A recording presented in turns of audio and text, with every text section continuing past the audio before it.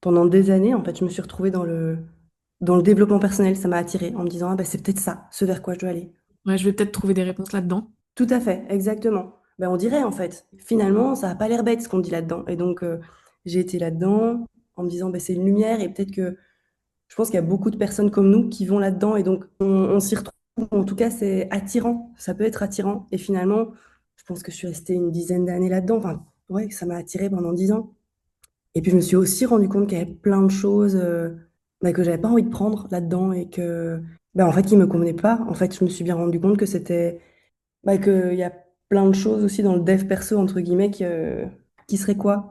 Aide-moi à trouver les mots, je pense que tu pourrais m'aider à ce niveau-là. Bah, moi, ce que je comprends, c'est que le dev perso, c'est le monde des gens qui cherchent. Ouais, ouais. Donc, forcément, ils partagent leurs découvertes.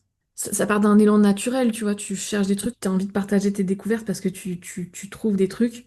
Sauf que tu partages à la fois tes découvertes et tes trucs non réglés inconsciemment. Et du coup, c'est ça un peu le souci. Et qui fait que ça tourne en boucle dans ce monde-là. Ou en tout cas, ça a tourné en boucle les 10 dernières années. Parce que c'est comme si l'humain, il était juste pas encore assez avancé pour voir tous les trucs qui allaient pas, qui partageaient en même temps que ces nouvelles découvertes, quoi.